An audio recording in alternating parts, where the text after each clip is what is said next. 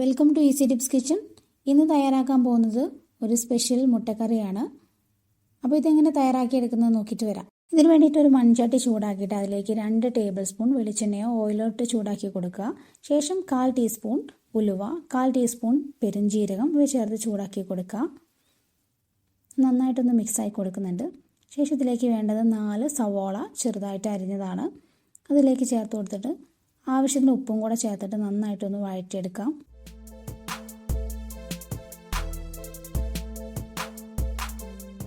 പെട്ടെന്നൊന്ന് വഴന്ന് കിട്ടാൻ വേണ്ടിയിട്ട് ഒന്ന് അടച്ചു വെച്ചിട്ട് വേവിച്ചെടുത്താൽ മതി. ഇടയ്ക്കൊന്ന് എടുത്തിട്ട് ഇളക്കി കൊടുക്കാനും മറക്കരുത്. ഇതിപ്പോൾ നന്നായിട്ട് വഴന്ന് വന്നിട്ടുണ്ട്. ഇനി ഇതിലേക്ക് ചേർക്കാനുള്ളത് ഇഞ്ചിയും വെളുത്തുള്ളിയും പച്ചമുളകും കൂടെ ചതച്ച പേസ്റ്റാണ്. അപ്പോൾ ഇതിലേക്ക് വേണ്ടിയിട്ട് ചെറിയ കഷ്ണം ഇഞ്ചി, 4 പച്ചമുളക്, ഒരു 14 അല്ലി വെളുത്തുള്ളിയും കൂടെ ചേർത്തിട്ടുണ്ട്. എന്നിട്ട് നന്നായിട്ടൊന്ന് വഴറ്റിയെടുക്കുക. അതിൻ്റെ ഒരു പച്ചമണം മാറുന്ന വരെ 2-3 മിനിറ്റ് മീഡിയം ഫ്ലെയിമിലിട്ട് വഴറ്റിയാൽ മതി. ശേഷം 2 തക്കാളി, കുറച്ച് കറിവേപ്പിലയും അതുപോലെ തന്നെ മല്ലിയിലയും കൂടെ ചേർത്ത് കൊടുക്കുന്നുണ്ട്. എന്നിട്ടൊന്ന് നന്നായിട്ടൊന്ന് വഴറ്റിയെടുക്കാം. ആ തക്കാളിയൊക്കെ ഒന്ന് സോഫ്റ്റ് ആവുന്ന വരെ നന്നായിട്ടൊന്ന് വഴറ്റാം.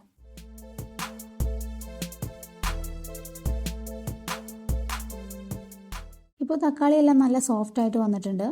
ഇനി തീ ഒന്ന് കുറച്ച് വെച്ചിട്ട് ഇതിലേക്ക് പൊടികൾ ചേർത്ത് കൊടുക്കാം.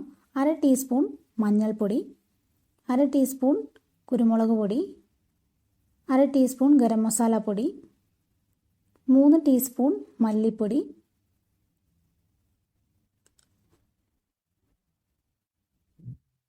2 ടീസ്പൂൺ കാശ്മീരി ചില്ലി പൗഡർ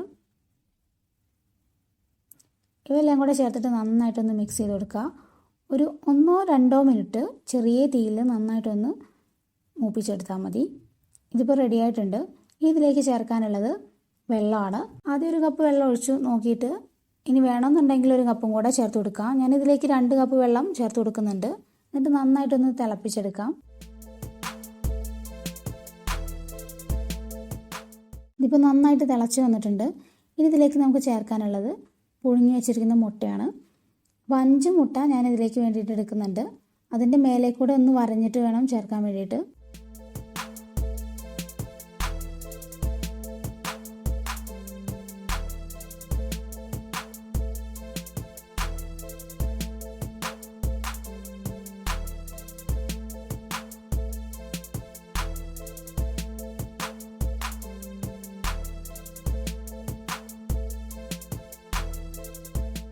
ഇനി ഒരു 5 മിനിറ്റ് ഇങ്ങനെ തന്നെ ഒന്ന് വേവിച്ചെടുക്കാം.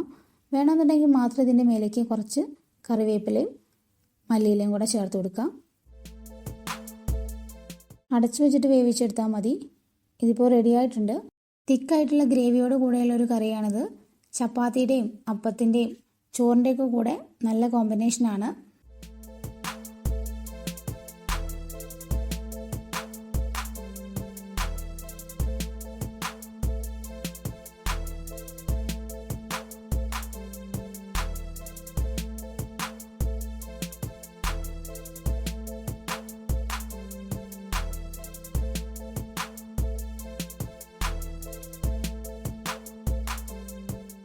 ഇന്നത്തെ വീഡിയോ ഇഷ്ടമായിട്ടുണ്ടെങ്കിൽ ലൈക്ക് ചെയ്യാനും ഷെയർ ചെയ്യാനും സബ്സ്ക്രൈബ് ചെയ്യാനും മറക്കരുത്. Thanks for watching easy tips kitchen.